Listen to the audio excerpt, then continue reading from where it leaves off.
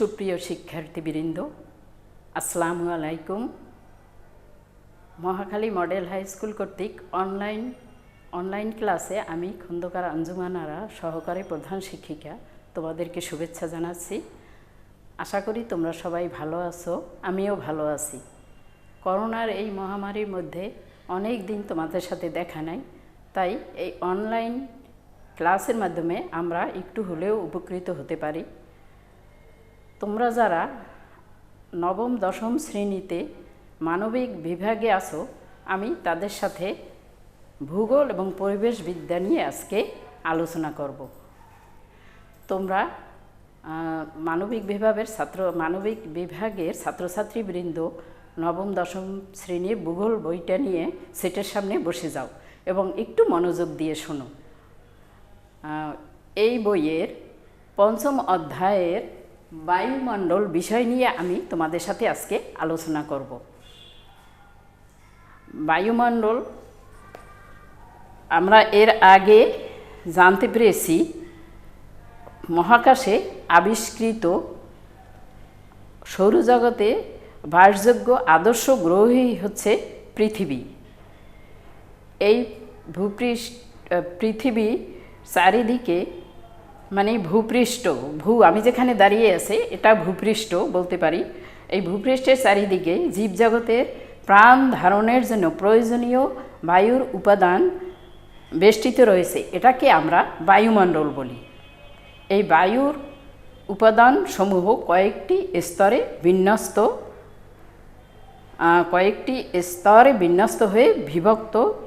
হয়ে বিন্যস্ত হয়ে অবস্থান করছে।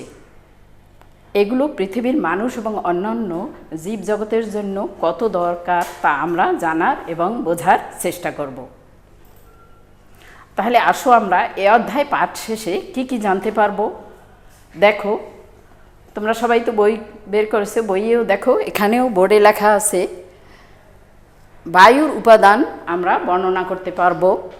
বায়ুমণ্ডলের স্তর বিন্যাস ও তাদের বৈশিষ্ট্য ব্যাখ্যা করতে পারবো। বায়ুমণ্ডলের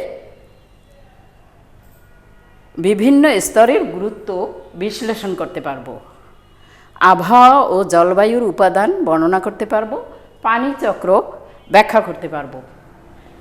এবারে আসো বইয়ের 70 পৃষ্ঠায় আমরা এখান থেকে একটু পড়ে বুঝাই বলছি তোমাদেরকে বায়ুর উপাদানগুলো কি, বায়ুর উপাদান এবং বায়ুমণ্ডল কি, এটা সম্পর্কে আমরা প্রথমেই জানার চেষ্টা করি। জীবন ধারণের জন্য পৃথিবীর জীবকুলের কাছে যেসব জিনিস অপরিহার্য, বায়ুমণ্ডল তাদের মধ্যে অন্যতম। যে গ্যাসীয় আবরণ পৃথিবীকে বেষ্টন করে আছে তাকে আমরা বায়ুমণ্ডল বলি। পৃথিবীর মাধ্যাকর্ষণ শক্তির ফলে বায়ুমণ্ডল ভূপৃষ্ঠের চারদিকে জড়িয়ে থেকে অনবরত আবর্তন করছে। বায়ুমণ্ডলের বর্ণ, গন্ধ, আকার কিছুই নেই, তাই একে খালি চোখে দেখা যায় না, কেবল অনুভব করা যায়। বায়ুমণ্ডলের বিশালতা এবং এর ক্রিয়াদি সম্পর্কে বিজ্ঞানীদের গবেষণা এখনও চলছে। বিভিন্ন উপগ্রহ ও গবেষণার মাধ্যমে জানা গেছে ভূপৃষ্ঠ থেকে উপরের দিকে প্রায় 10,000 কিলোমিটার পর্যন্ত এই বায়ুমণ্ডল বিস্তৃত।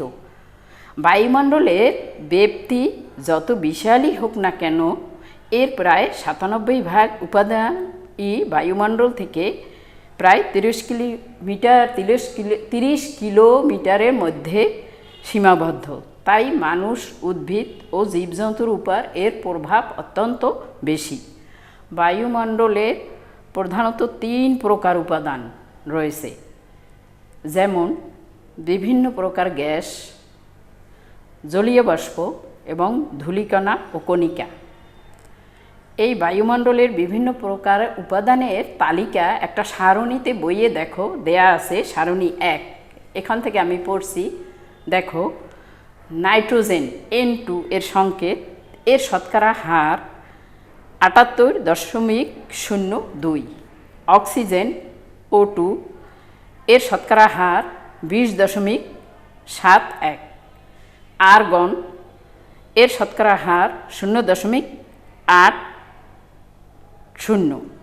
কার্বন ডাইঅক্সাইড C2O এর শতকরা হার 0.03। অন্যান্য গ্যাসসমূহ যেমন neon, helium, krypton, xenon, ozone, methane ও নাইট্রাস অক্সাইড 0.02 এর শতকরা হার। জলীয় বাষ্প এর শতকরা হার 0.41। ধূলিকণা ও কণিকা এর শতকরা হার 0.01। এগুলো টোটাল যোগ দিলে পরে যেটা আসে সেটা হলো মোট 100 ভাগ। বায়ুমণ্ডলে নানা প্রকার গ্যাস ও বাষ্পের সমন্বয়ে গঠিত হলেও এর প্রধান উপাদান দুটি, একটা হলো নাইট্রোজেন ও অক্সিজেন। বায়ুমণ্ডলের আয়তনের দিক থেকে এই দুটি গ্যাস একত্রে 98.73 ভাগ এবং বাকি শতকরা 1.27 ভাগ অন্যান্য গ্যাস, জলীয় বাষ্প ও কণিকাসমূহ জায়গা জুড়ে আছে। জীবজগৎ পরস্পর অক্সিজেন ও কার্বন ডাইঅক্সাইডের গ্রহণ ও ত্যাগের মাধ্যমে বেঁচে আছে। ওজোন গ্যাসের স্তর সূর্য থেকে আসা অতি বেগুনি রশ্মিকে শোষণ করে জীবজগৎকে রক্ষা করে। এরপরে বায়ুমণ্ডলের স্তর বিন্যাস এবং বৈশিষ্ট্য। বায়ুমণ্ডল যে সমস্ত উপাদানে গঠিত তাদের প্রকৃতি, বৈশিষ্ট্য ও উষ্ণতার পার্থক্য অনুসারে ভূপৃষ্ঠ থেকে উপরের দিকে পর্যায়ক্রমে একে 5টি স্তরে ভাগ করা হয়েছে। 1 নম্বরে ট্রপোমণ্ডল, স্ট্রাটোমণ্ডল, মেসোমণ্ডল, তাপমণ্ডল ও এক্সোমণ্ডল, এই মোট 5টি স্তর। এদের মধ্যে উল্লিখিত স্তরগুলোর 3টা হলো সমমণ্ডল এবং পরবর্তী 2টি বিষমমণ্ডল এর অন্তর্ভুক্ত। তাহলে আমরা জানলাম বায়ুমণ্ডলের স্তর 5টি। এই 5টি কী কী আমরা শিখে গেলাম এতক্ষণে। এদের ভিতরে 3টা স্তরকে বলে সমমণ্ডল এবং শেষের 2টোকে বলে বিষমমণ্ডল। তাহলে আসো এই 5টা স্তর এর কী কী বৈশিষ্ট্য এবং এর গুরুত্ব কী এরপরে আমরা এটা জানব। ট্রপোমণ্ডল এই স্তরটি বায়ুমণ্ডলের সবচেয়ে নিচের স্তর, নিচ থেকে ভূপৃষ্ঠের কাছাকাছি, ভূপৃষ্ঠের সঙ্গে লেগে আছে। এটা মেঘ, বৃষ্টিপাত, বজ্রপাত, বায়ুপ্রবাহ, ঝড়, তুষারপাত, শিশির, কুয়াশা সব কিছুই এই স্তরে সৃষ্টি হয়। ট্রপোমণ্ডলের শেষ প্রান্তের অংশের নাম ট্রপোবিরতি। এই স্তর ভূপৃষ্ঠ থেকে নিরক্ষীয় অঞ্চলে প্রায় 16 থেকে 19 কিলোমিটার এবং মেরু অঞ্চলে প্রায় 8 কিলোমিটার পর্যন্ত বিস্তৃত। এই ট্রপোমণ্ডলের বৈশিষ্ট্যগুলো কি এরপরে আমরা এটা জানব। ক, ভূপৃষ্ঠ থেকে উচ্চতা বৃদ্ধির সঙ্গে সঙ্গে বায়ুর ঘনত্ব ও উষ্ণতা কমতে থাকে। সাধারণভাবে প্রতি 1000 কিলোমিটার উচ্চতায় 6 ডিগ্রি সেলসিয়াস তাপমাত্রা হ্রাস পায়। খ, উচ্চতা বৃদ্ধির ফলে বাতাসের গতিবেগ বেড়ে যায়। ঘ, নিচের দিকের বাতাসের জলীয় বাষ্প বেশি থাকে। ঘ, ধূলিকণা অবস্থানের ফলে বায়ুমণ্ডলের ওজনের প্রায় 75% ভাগই এই স্তর বহন করে। উম, যে উচ্চতায় তাপমাত্রা বন্ধ হয়ে যায় তাকে ট্রপোবিরতি বলে। এখানে তাপমাত্রা -54 ডিগ্রি সেলসিয়াসের নিচে হতে পারে। এটা গেল প্রথম স্তর। বায়ুমণ্ডলের দ্বিতীয় স্তর হলো স্ট্রাটোমণ্ডল। ট্রপোবিরতির উপরের দিকে 50 কিলোমিটার পর্যন্ত স্ট্রাটোমণ্ডল নামে পরিচিত। স্ট্রাটোমণ্ডল ও বায়ুমণ্ডলের পরবর্তী অঞ্চলে তাপমাত্রার স্থিতি অবস্থাকে স্ট্রাটোবিরতি বলে। এই স্ট্রাটোমণ্ডলের বৈশিষ্ট্য, এই স্তরে ওজোন গ্যাসের স্তর বেশি পরিমাণে আছে। এই ওজোন স্তর সূর্যের আলোর বেশিরভাগই অতি বেগুনি রশ্মি শুষে নেয়। ধীরে ধীরে তাপমাত্রা 4 ডিগ্রি সেলসিয়াস পর্যন্ত বৃদ্ধি পায়। খ, এই স্তরের বায়ুতে অতি সূক্ষ্ম ধূলিকণা ছাড়া কোনো রকম জলীয় বাষ্প থাকে না, ফলে আবহাওয়া থাকে শান্ত এবং শুষ্ক। ঝড় বৃষ্টি থাকে না বলেই এই স্তরের মধ্যে দিয়ে সাধারণত জেট বিমানগুলো চলাচল করে। প্রায় 50 কিলোমিটার উচ্চতায় তাপমাত্রা পুনরায় হ্রাস পেতে শুরু করে। এটি স্ট্র্যাটোমণ্ডলের শেষ প্রান্ত নির্ধারণ করে। মেসোমণ্ডল স্ট্র্যাটোবিরতির উপরে প্রায় 80 কিলোমিটার পর্যন্ত বিস্তৃত বায়ুস্তরকে মেসোমণ্ডল বলে। এই স্তরের উপরে তাপমাত্রা হ্রাস পাওয়া থেমে যায়, এই স্তরকে মেসোবিরতি বলে।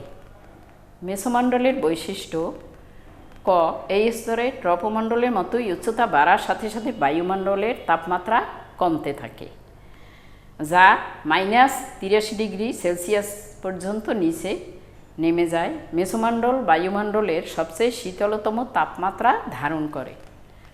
মহাকাশ থেকে যেসব উল্কা পৃথিবীর দিকে ছুটে আসে সেগুলোকে অধিকাংশই এই স্তরের মধ্যে পুড়ে যায়। এরপরে আসো তাপমণ্ডল। 4 নম্বর স্তর। মেসোবিরতির উপরে প্রায় 500 কিলোমিটার পর্যন্ত বিস্তৃত বায়ু স্তরকে তাপমণ্ডল বলে। এই মণ্ডলে বায়ুস্তর অত্যন্ত হালকা ও চাপ ক্ষীণ। বায়ুমণ্ডলের নিম্ন অংশকে আয়নমণ্ডল বলে। তাপমণ্ডলের বৈশিষ্ট্য: এই স্তরে বায়ুমণ্ডলের তাপমাত্রা দ্রুত হারে বৃদ্ধি পেয়ে 1480 ডিগ্রি সেলসিয়াসে পৌঁছায়। তাপমণ্ডলের উপরের স্তরে তাপমাত্রার পরিমাণ প্রায় স্থির থাকে। তীব্র সৌর বিকিরণে রঞ্জন রশ্মি অতিবেগুনি রশ্মি সংঘাতে এই অংশের বায়ু আয়নযুক্ত হয়। ভূপৃষ্ঠ থেকে পাঠানো বিভিন্ন বেতার তরঙ্গ আয়নমণ্ডলের বিভিন্ন আয়নে বাধা পেয়ে পুনরায় ভূপৃষ্ঠে ফিরে আসে। এরপরে এক্সোমণ্ডল। তাপমণ্ডলের উপরে প্রায় 960 কিলোমিটার পর্যন্ত যে বায়ুস্তর আছে তাকে এক্সোমণ্ডল বলে। এই স্তরে হিলিয়াম ও হাইড্রোজেন গ্যাসের প্রাধান্য দেখা যায়। এক্সোমণ্ডলের বৈশিষ্ট্য: এক্সোমণ্ডল তাপমণ্ডল অতিক্রম করে 960 কিলোমিটার পর্যন্ত প্রসারিত হয়। এটি ক্রমান্বয়ে আন্তঃগ্রহ স্থান এ প্রবেশ করে। এ স্তরের তাপমাত্রা প্রায় 300 ডিগ্রি সেলসিয়াস থেকে 1650 ডিগ্রি সেলসিয়াস পর্যন্ত হয়। এ স্তরে খুব সামান্য পরিমাণ গ্যাস যেমন অক্সিজেন, নাইট্রোজেন, আর্গন এবং হিলিয়াম ধারণ করে, কেননা মধ্যাকর্ষণের ঘাটতির কারণে গ্যাস অণু বা কণাগুলো সহজে মহাকাশে ছড়িয়ে পড়ে। এরপরে বায়ুমণ্ডলের এই স্তরগুলোর গুরুত্ব সম্পর্কে আমরা জানব। 1 নম্বর, বায়ুমণ্ডল ছাড়া যেমন কোনো শব্দ তরঙ্গ স্থানান্তরিত হয় না, তেমনি ভূপৃষ্ঠ থেকে পাঠানো বেতার তরঙ্গ আয়ন স্তরে বাধা পেয়ে পৃথিবীতে ফিরে আসে। 2 নম্বর, ট্রপোমণ্ডল ছাড়া কোনো আবহাওয়ারও সৃষ্টি হতে পারে না। বরফ যন্ত্রণা, মেঘ, বৃষ্টি, কুয়াশা, শিশির, তুষার, শিলাবৃষ্টি ইত্যাদির সৃষ্টি হতো না। শস্য ও বনভূমির জন্য প্রয়োজনীয় বৃষ্টি হতো না। 3 নম্বর, পৃথিবীতে বায়ুমণ্ডলে স্তর থাকায় এর দিকে আগত উল্কাপিণ্ড অধিক পরিমাণে বিধ্বস্ত হয়। ওজোন স্তর না থাকলে সূর্য থেকে মারাত্মক অতিবেগুনি রশ্মি বায়ুমণ্ডলে প্রবেশ করে প্রাণীকুল বিনষ্ট করত। 4, বায়ুমণ্ডলে স্তরসমূহ না থাকলে পৃথিবীতে জীবের অস্তিত্ব থাকতো না, বরং পৃথিবীর উপরিভাগ চাঁদের মতো মরুময় হতো। এরপরে আমরা জানব আবহাওয়া ও জলবায়ুর উপাদান সম্পর্কে। আবহাওয়া কাকে বলে? আমরা পত্রিকা, বেতার, টেলিভিশন ও ইন্টারনেট থেকে প্রতিদিনই আবহাওয়ার সংবাদ সংগ্রহ করে থাকি। আবহাওয়া মানুষের দৈনন্দিন কর্মকাণ্ডে প্রভাব বিস্তার করে। বিশ্বের প্রত্যেকটি দেশের আবহাওয়া অফিসে সংক্রান্ত উপাত্ত আবহাওয়া অফিস এ সংক্রান্ত উপাত্ত তথ্য প্রচার মাধ্যমে প্রতিদিন সরবরাহ করছে। আবহাওয়া অফিসগুলোতে দিনের পর দিন আবহাওয়া বিভিন্ন উপাদান পর্যবেক্ষণ করে জলবায়ু সম্পর্কে ধারণা করা হয়। যে কোনো স্থানের আবহাওয়ার উপাদানগুলো নিত্য পরিবর্তনশীল। আমরা পৃথিবীর সব স্থানের জলবায়ুর বৈশিষ্ট্য একরকম নয়, কেননা কোনো নির্দিষ্ট স্থানের বায়ুর তাপ, চাপ, আর্দ্রতা, মেঘাচ্ছন্নতা, বৃষ্টিপাত ও বায়ু প্রবাহের দৈনন্দিন সামগ্রিক অবস্থাকে সেই দিনের আবহাওয়া বলে। আমরা জানলাম আবহাওয়া কাকে বলে। কোনো একটি নির্দিষ্ট স্থানের বায়ুর তাপ, চাপ, আর্দ্রতা, মেঘাচ্ছন্নতা, বৃষ্টিপাত ও বায়ু প্রবাহের দৈনন্দিন সামগ্রিক অবস্থাকে সেই দিনের আবহাওয়া বলে। কোনো একটি অঞ্চলে সাধারণত 30 থেকে 40 বছরের গড় আবহাওয়াকে জলবায়ু বলে। কাজেই জলবায়ু হলো কোনো একটি অঞ্চলের অনেক দিনের বায়ুমণ্ডলের নিম্ন স্তরের সামগ্রিক অবস্থা। আবহাওয়া জলবায়ুর উপাদানগুলো হলো কি? আবহাওয়া জলবায়ুর উপাদানগুলো বায়ুর তাপ, বায়ুর চাপ, বায়ু প্রবাহ, বায়ুর আর্দ্রতা ও বায়ুপাত।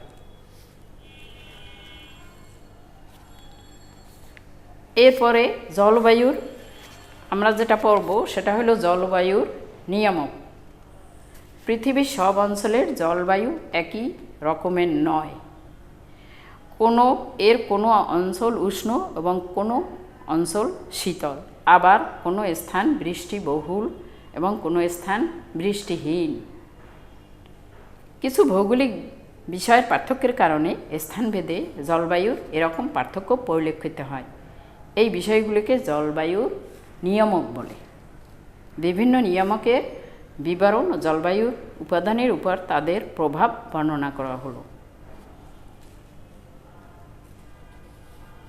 অক্ষাংশ।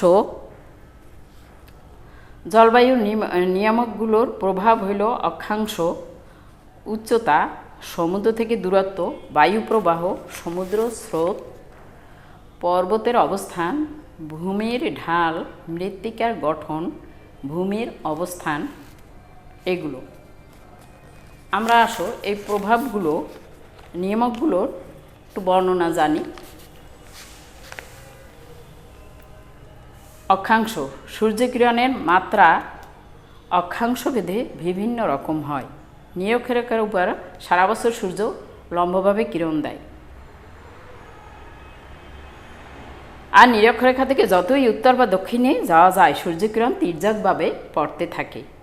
এর ফলে নিরক্ষরেখা থেকে উত্তর বা দক্ষিণে উভয় মেরুর দিকে তাপমাত্রা ক্রমশ কমতে থাকে। এরপরে আসো উচ্চতা। সমুদ্র তল থেকে যতই উপরে উঠা যায় উচ্চতা বৃদ্ধির সঙ্গে সঙ্গে বায়ুমণ্ডলীয় তাপমাত্রা ততই হ্রাস পায়। সাধারণত প্রতি 1000 মিটার উচ্চতায় প্রায় 6 ডিগ্রি সেলসিয়াস তাপমাত্রা হ্রাস পায়। এই উচ্চতার পার্থক্যের কারণে দুই জায়গা একই অক্ষাংশে অবস্থিত হওয়া সত্ত্বেও একটি অপরটির চেয়ে ভিন্ন জলবায়ু সম্পন্ন হয়।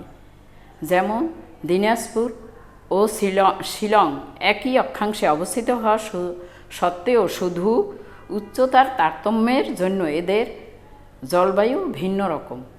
উচ্চতা বেশি হওয়াতে শিলং এর দিনাজপুরের চেয়ে তাপমাত্রা কম হয়। সমুদ্র থেকে দূরত্ব। জলবায়ুর অবস্থান কোনো এলাকার জলবায়ুকে মৃদুভাবাপন্ন করে। যেমন কক্সবাজার, চট্টগ্রাম, পটুয়াখালী সমুদ্র উপকূলে অবস্থিত হওয়ার কারণে এখানকার জলবায়ু রাজশাহীর তুলনায় বেশ মৃদুভাবাপন্ন।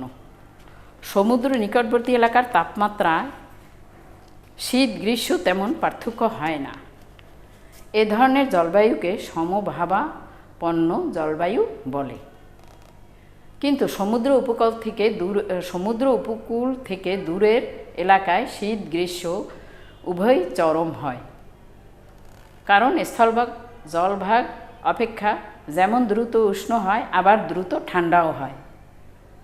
এজন্য গ্রীষ্মকালে মহাদেশের অন্তর্ভাগের এলাকা অত্যন্ত উত্তপ্ত থাকে আর শীতকালে প্রচণ্ড শীত অনুভূত হয়।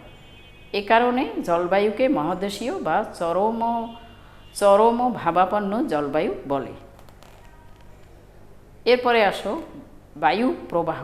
বায়ু প্রবাহ কোনো এলাকার জলবায়ুর উপরে গুরুত্বপূর্ণ ভূমিকা রাখে। জলীয় বাষ্পপূর্ণ বায়ু কোনো এলাকার উপর দিয়ে প্রবাহিত হলে সে এলাকায় প্রচুর বৃষ্টিপাত হয়।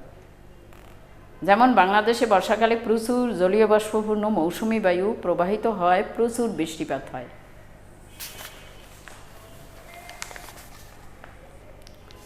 এর বাকি অংশগুলো আমরা পরবর্তীতে আলোচনা করব। আমরা এবারে বাড়ির কাজ দিয়ে দেই। আসো আমরা বোর্ডে লিখি বাড়ির কাজটা। তোমরা সবাই লিখে নাও।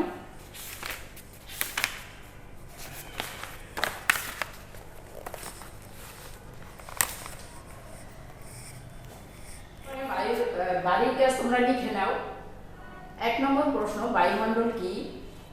2 নম্বর, বায়ুমণ্ডলের বিভিন্ন উপাদানের তালিকা ও শতকরা হার লেখো। 3 নম্বরে, বায়ুমণ্ডলের স্তর বিন্যাস ও এর বৈশিষ্ট্য এবং গুরুত্ব বর্ণনা করো। এই ছিল আমাদের আজকে বাড়ির কাজ। তাহলে আজকে আমি পাঠ শেষ করলাম। সবাইকে ধন্যবাদ। খুদা হাফেজ।